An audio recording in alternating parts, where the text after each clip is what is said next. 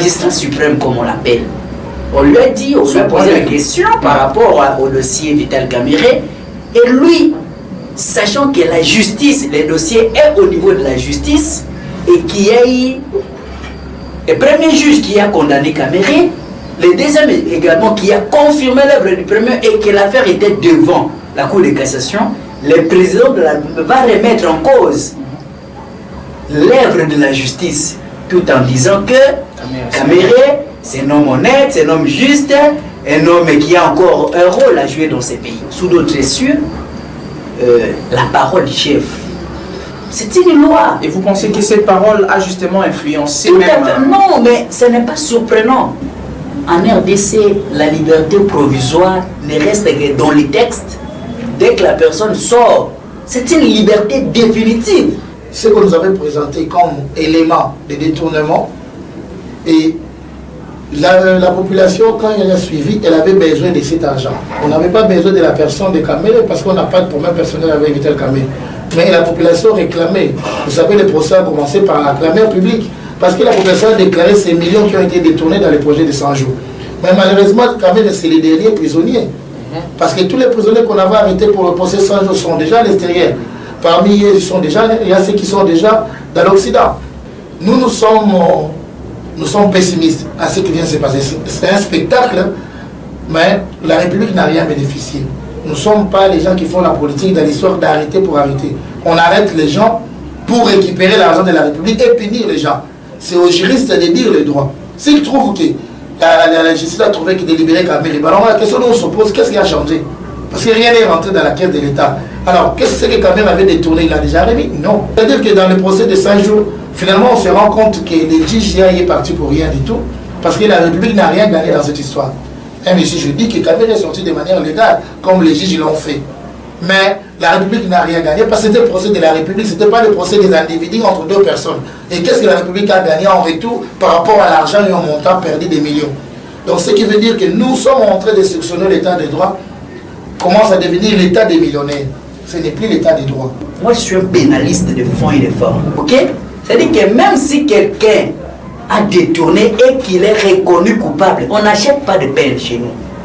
Même si vous êtes un milliardaire et qu'on vous a condamné à 10 ans, même si vous avez restitué tout, vous devez purger votre peine.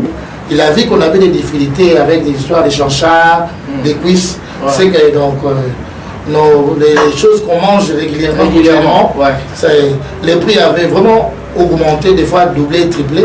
Et les chefs de l'État, il a bonne foi de demander au gouvernement de décaisser pour nous amener des surgelés pour manger. Mais ce qu'il faut retenir ici, en tant que scientifique, je vous l'ai dit, comment un gouvernement peut faire un projet sans planification. Ils font une commande qu'ils amènent ici sans pour autant organiser des chambres froides qui vont le recevoir là-bas. Ils vont l'utiliser, c'est des privés. De deux, ils n'ont pas de véhicules frigorifiques pour transporter les marchandises et amener à Kinshasa pour l'utilisation. C'est à ce niveau-là que ça bloque jusqu'à présent. Oui, ils n'ont pas de matériel, de véhicules. Il y a Égal qui a ça, il y a d'autres sociétés aussi, mais ils doivent louer. Et le gouvernement veut prendre des forces. Le gouvernement veut prendre de force. De force, c'est comme ça que vous avez eu des contradictions. Au début, on disait que l'Égal ne veut pas donner. Non.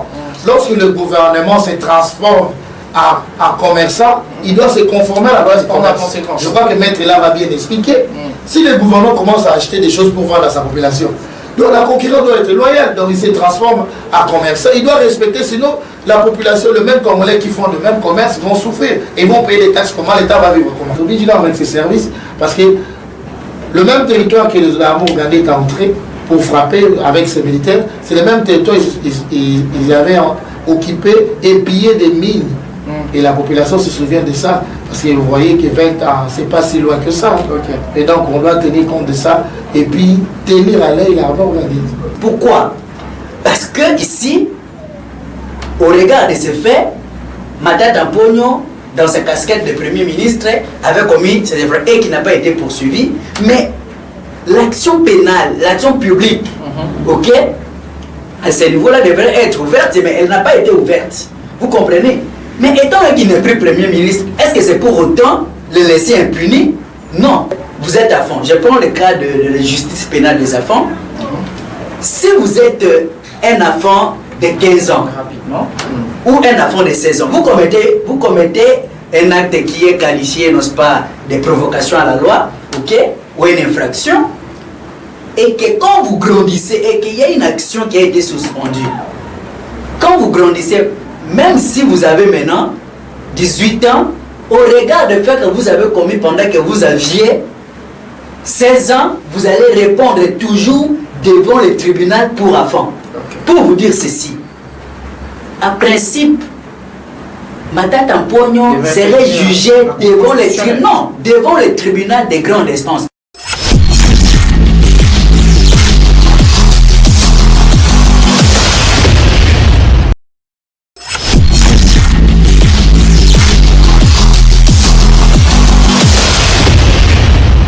Le magistrat suprême, comme on l'appelle, on lui a dit, on lui a posé la question par rapport au dossier Vital Kamerhe, et lui, sachant que la justice, le dossier est au niveau de la justice, et qu'il y a eu le premier juge qui a condamné Kamerhe, le deuxième également qui a confirmé l'œuvre du premier et que l'affaire était devant la Cour de cassation, le président va remettre en cause l'œuvre de la justice, tout en disant que Kamerhe, c'est un homme honnête, c'est un homme juste, un homme qui a encore un rôle à jouer dans ces pays. Sous d'autres cieux, la parole du chef, c'est une loi. Et vous pensez que cette parole a justement influencé Non, mais ce n'est pas surprenant.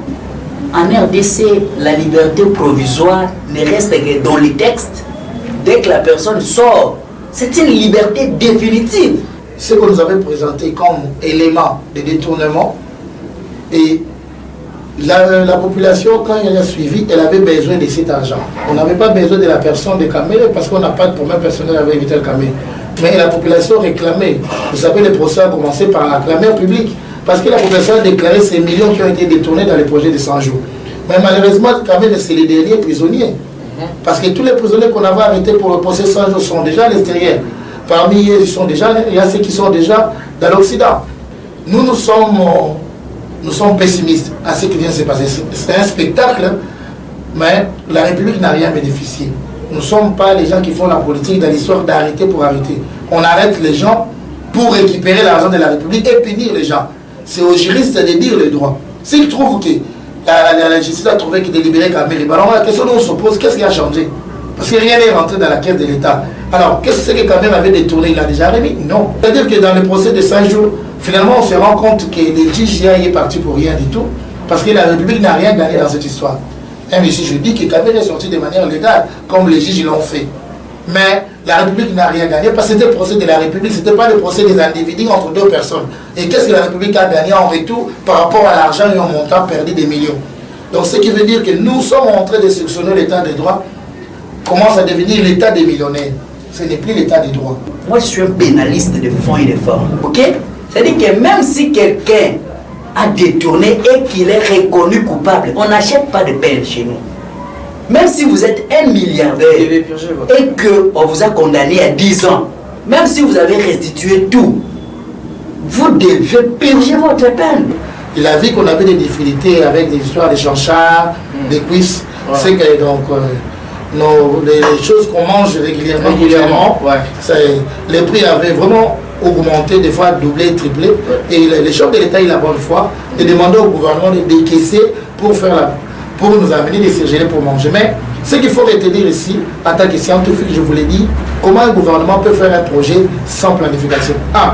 Ils font une commande qu'ils amènent ici sans pour autant organiser des chambres froides qui vont le recevoir là-bas. Ils vont l'utiliser, c'est des privés. De deux, ils n'ont pas de véhicules frigorifiques pour transporter les marchandises et amener à Kinshasa pour l'utilisation. C'est à ce niveau-là que ça bloque jusqu'à présent. Oui, ils n'ont pas de matériel, de véhicules. Il y a Égal qui a ça, il y a d'autres sociétés aussi, mais ils doivent louer.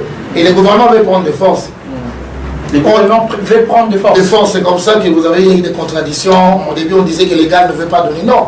Lorsque le gouvernement se transforme en commerçant, il doit se conformer à la loi du commerce. Je crois que Maître là va bien expliquer.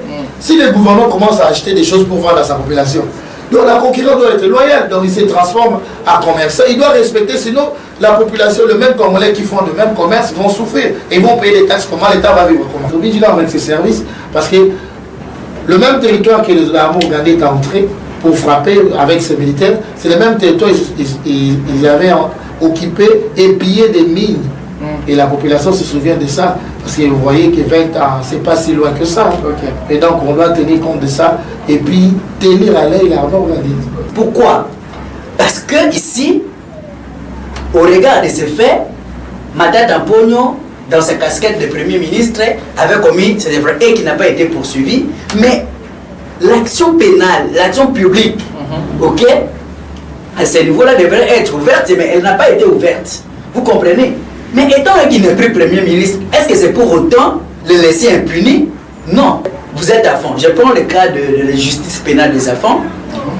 Si vous êtes un enfant de 15 ans, ou un enfant de 16 ans, vous commettez un acte qui est qualifié, n'est-ce pas, de provocation à la loi, ok, ou une infraction, et que quand vous grandissez et qu'il y a une action qui a été suspendue, quand vous grandissez, même si vous avez maintenant 18 ans, au regard du fait que vous avez commis pendant que vous aviez 16 ans, vous allez répondre toujours devant le tribunal pour enfants. Pour vous dire ceci, en principe, Matata Ponyo serait jugé devant le tribunal de grande instance.